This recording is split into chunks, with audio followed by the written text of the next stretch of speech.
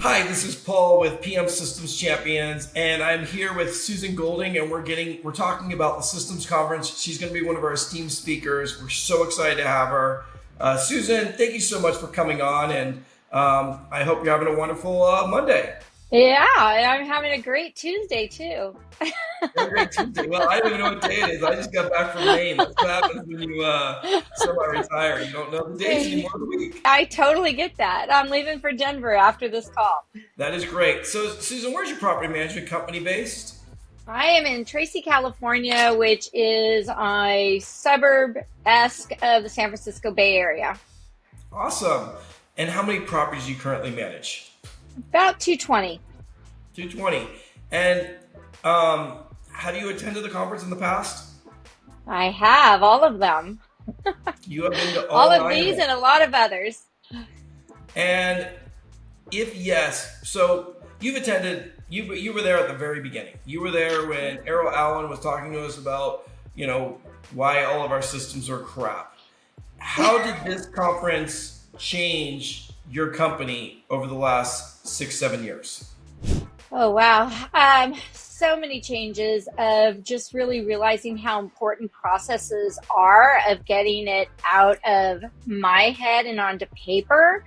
Allowed me 6 years ago, when it was really just me and a part-time assistant, to be able to grow and hire other people to do what I was having to do.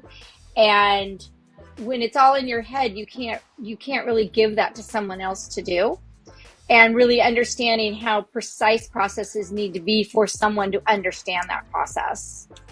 And at 220 doors, you would be considered a nice sized company, but not a super large company. At this conference, you have everything from multi-thousand door companies to 200 door companies. How have you found that, what a 1,000 door company does and what you do really help you out together? Like, it's very, like, someone who has 200 doors might say, oh, if there's only one employee, I don't need good processes because,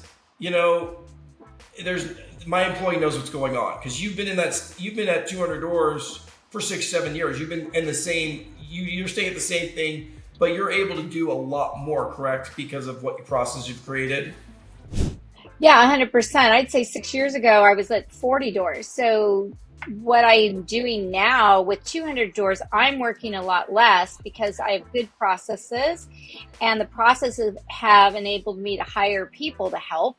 And even the jobs that I'm responsible for, the processes that I do, having that process just makes it less brain power. Let's go with that. It needs to be done. So you're working less at 220 doors than you were at 40 doors. Oh, 100%.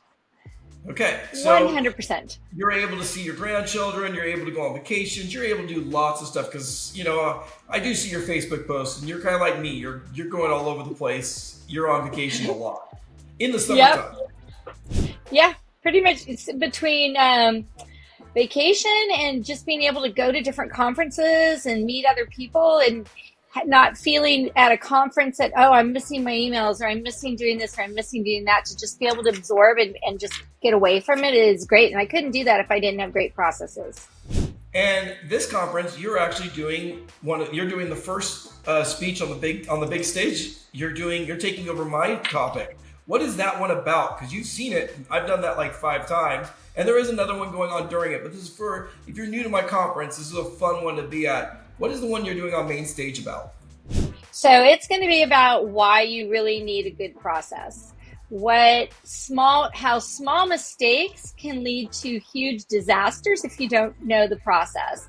And when we think we know it and you're trying to explain it to somebody else, you realize, while you think you know it, you're missing steps in the process when explaining it to someone else. And that's so important. I've seen 1,000 door companies I've worked with that have worse processes than companies with 100 doors. I've seen 1,000 door processes that don't have an application process. They kind of just wing it every time, and they have over 1,000 doors. And what you're saying is, through the years, what you learned at a small level when you're at 40 doors is you need to have good concrete processes in order that you could have a life. Yeah, have a life and not make mistakes. Mistakes tend to be costly in this business. And the second one you're doing is defining your limits, the rules of process, and creating clear boundaries. So you're on the main stage, but then you're also going to be in small group setting. What do you mean by processes making you have boundaries? I don't get why. How do processes give you boundaries? I'm pretty passionate about creating boundaries and helping people to realize that boundaries are really important. And I think if you don't have your processes down, you're just working 24/7 because you're always trying to fill that gap. When you have your processes down, that enables you to really set your boundaries and say, I'm only working 9 to 4, Monday through Friday. I'm not answering my phones in the evenings or on the weekends because I have a process in place that will answer those questions, answer those phone calls, and they're waiting for me on Monday, where before I just worked all the time because I didn't have a way to keep track. That's great. I mean, that's how I was too. Before I went to this conference back with you, we were both. I think we were all in the same boat. Like I was just like, I remember I would be at a restaurant with my family, and I would pick up the phone. Oh, it's a BDM call. I got to get it. And I got to the point where I was like, no, I'm going to have boundaries. I am not going to work every second of the day. And it's just so important to get those boundaries, to learn, because I loved being a property manager. It was a great job. But if it was like my first years, I would have quit. I would have hated being a property manager. When I finally sold my company, I think my company sold for more money because I had such good processes in place that they looked and they wanted that from me. And it was just an offer I couldn't refuse, but I was at the stage where I had someone taking over my company and I was out of it from day to day. So, and that's a great thing. Now we're going to get into the nitty gritties. We're going to ask every speaker because, people say, oh, why should I listen to Susan Goulding? And the big thing is those of us who's doing processes, not only are we working less, we're making more money, correct? Yeah, a lot more. A lot more. So, what is your average revenue you generate per property? Oh, I was just adding that up because, as you know, I am not a numbers girl. I don't like KPIs. I don't like budgets. I don't like calendars. I don't like any of that. So, again, it's all kind of in my head. But between our management fees, our leasing fees, our RBP, we're a little over $300 a door. And you don't like numbers. And I think at my conference, you learned that you didn't like numbers and you went with Marco Montez and he does all your numbers, correct? Absolutely. Best decision I ever made. Having Reconcile Daily do my books. Yeah, and I remember you sitting down with Marco and him spending like 6 hours at my conference working one-on-one with you, trying to get you to there. And then finally you're like, you're taking him over. That's not my expertise. That was my expertise. Yep. I love numbers. Like I'm the number guy. I don't like other things. But so you're making over $300 a door. You're making good revenue on your 220 units. You're in California. So when people say, oh, you can't make money in California, you can make money in California with the right systems, with the right process in place. I would say that regulation, I hate regulations as an owner, but as a property manager, how are regulations in California good for you as a property manager? Oh, it's an easy sell to people that want to self-manage because they aren't aware of the regulations. I have one guy who ended up paying out a tenant $40,000 because he didn't enter lease properly. So it does help. I don't love them. I don't love keeping track of them, but it definitely has enabled us to not only increase our fees, but it's a great sales tool. And there's a lot of property managers that have 220 doors and they have 2 people doing it. You have a lot more staff at your company, correct? I mean, because I know right now, when I had like 11 people on my staff, like I was very highly staffed. You are highly staffed too, because that way you don't have to do as much work on all these regulations. They go through the processes and do it themselves, correct? Correct. Yeah, exactly. I just hired 2 more. So I've got 5 people total. 2 of them are part-time, one's a runner, one's part-time, and then 3 are RTMs out of the country. So more than 5 people because you have a couple part-time, but 5 total full-time. So Counting, no, 3 full-time, 2 part-time, and me. Okay, so 6 total people. You do count as a person. Yeah, I do count. You do count. I mean, you might be on vacation. You're there. You are. You do stuff. Yeah. You are creating these processes. So, Yeah. Okay, 6. Okay. What do you find the most challenging aspect of your business? Is it the regulations, or is it something else now because of what process you created? My most challenging part for my business is getting myself out of the way and letting my team do their work. I tend to want to hop in and insert myself, and I am frequently told, leave it alone, we've got it, you set us up, keep your fingers out. So that's the little bit of the control freak part. That's the hardest part for me is backing off. It's not the regulations. The regulations we're going to deal with no matter what. So if you're from a state like Texas or something like that, and you're like, oh, we don't have regulations. You do have regulations, and you have a lot of them everywhere. It's everywhere we have. The problem is some property managers aren't doing the regulations correctly. And that's where a lot of our conference you work on getting processes done and getting it so that you can do things right. I believe property management community will increase and small companies will increase, but they got to do the job right. Yeah, 100%. I mean, you've got to watch your days. You've got to make sure your 3 days are going out, your evictions are going out, and those keep changing different, not just county, not just state to state. In California, we've got county to county, and some cities are different. We had a city that only 6 months ago, you couldn't evict. They were still under COVID regulations. 6 months ago. COVID's been over for over a year and a half. So yeah, you better know those regulations and have some type of process in place for your team to know. Otherwise, we're in trouble if we mess that up. Yeah, and in California, I always say, if you have an eviction, it's so costly that and having the wrong processes in place increases the chance of eviction dramatically. In the history of my company, I had 3 evictions over 8 years. Why? Because we had really good processes in place on screening. And I know you're the same way, Susan. You have really good process on screening because an eviction, it's hell to you as the owner. Like it's bad for the people that own the property. But if you care about your business, isn't an eviction just like, it's a pain, right? Yeah, we've only had 2, and one was a holdover from COVID. They just still refused to pay, and they just wouldn't move. So we've had, and actually both of them were tenants I inherited. So while we had to process the eviction, I inherited the tenant. I took over for another, one was a self-managed, one was another property manager. Probably should have never taken the account in the first place because the people were already late.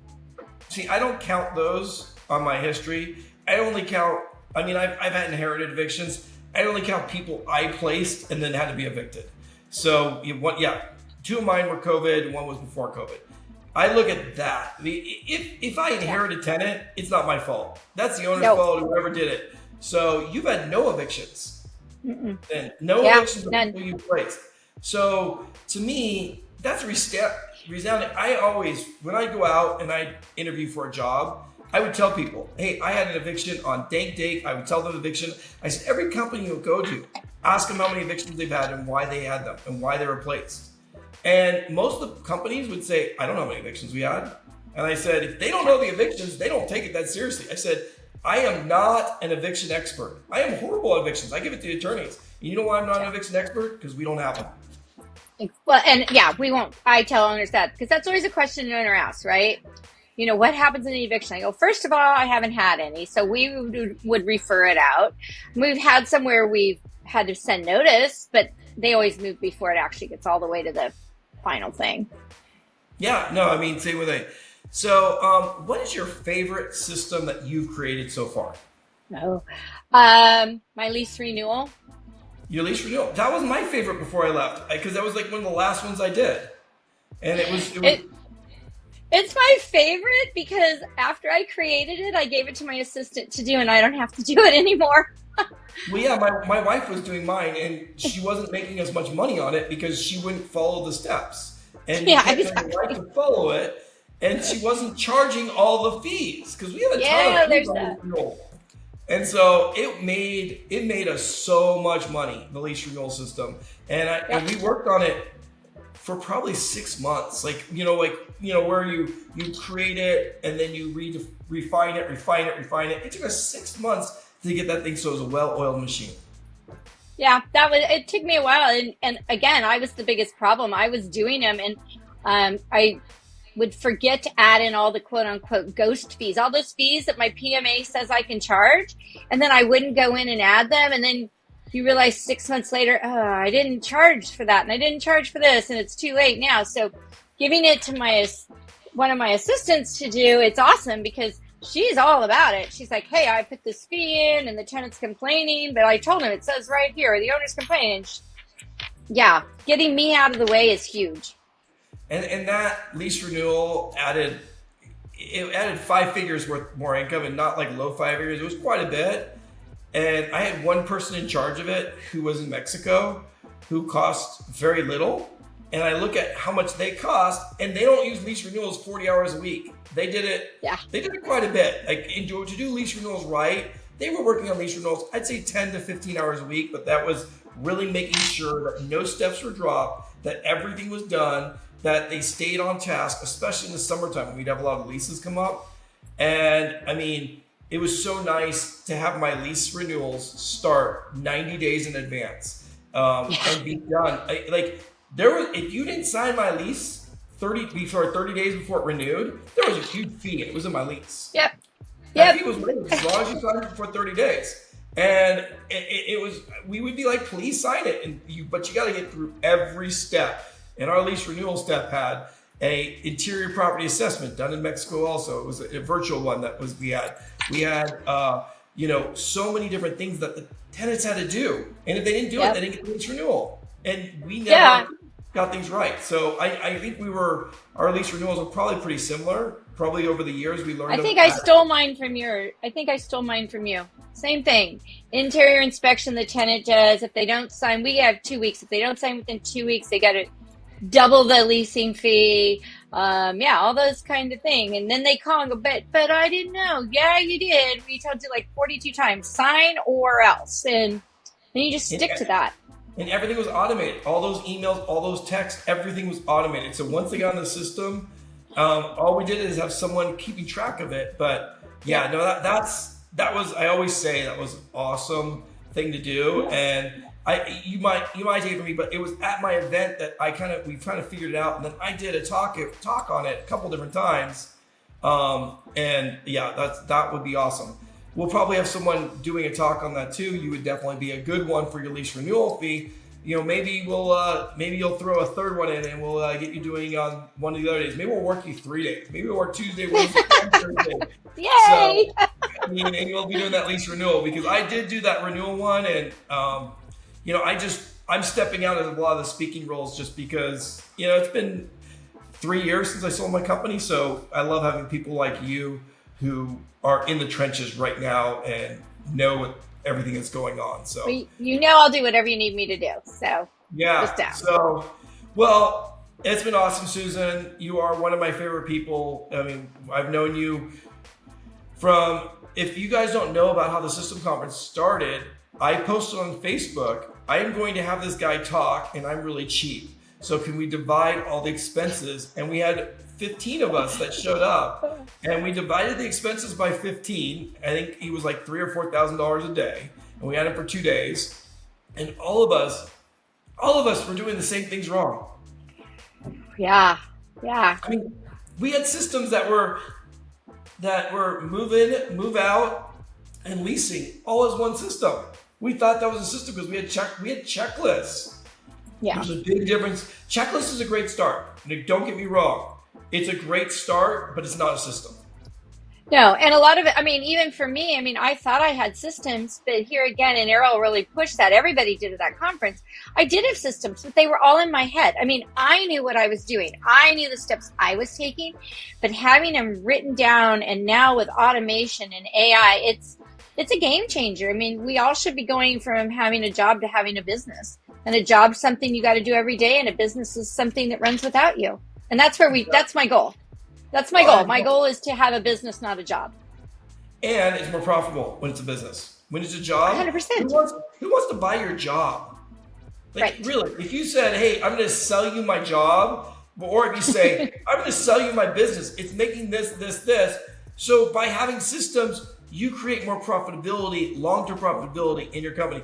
So sign up today. You want to be at this conference. It's not only are you going to learn during the day, you're going to have so much fun at night. We work on this conference for a year. It's our goal to make the best thing possible. We did take the month of July off. But besides that, we meet every week, me and Wolfgang, and our goal is to make the best event possible that is looking at each one of you individually and going to you individually and saying, how can I make your company better? Yeah. So. It's already one of the best conferences, not just the learning aspect, but the collaboration. I think that's always been so key to me. I mean, even going to national conferences, I've always said the best conversations are the hallway ones. This is like one giant hallway for the whole time. Awesome. Okay, well, everyone, thank you so much, Susan, and Thanks, everyone Paul. have a wonderful day. All right, you too. Have a great week.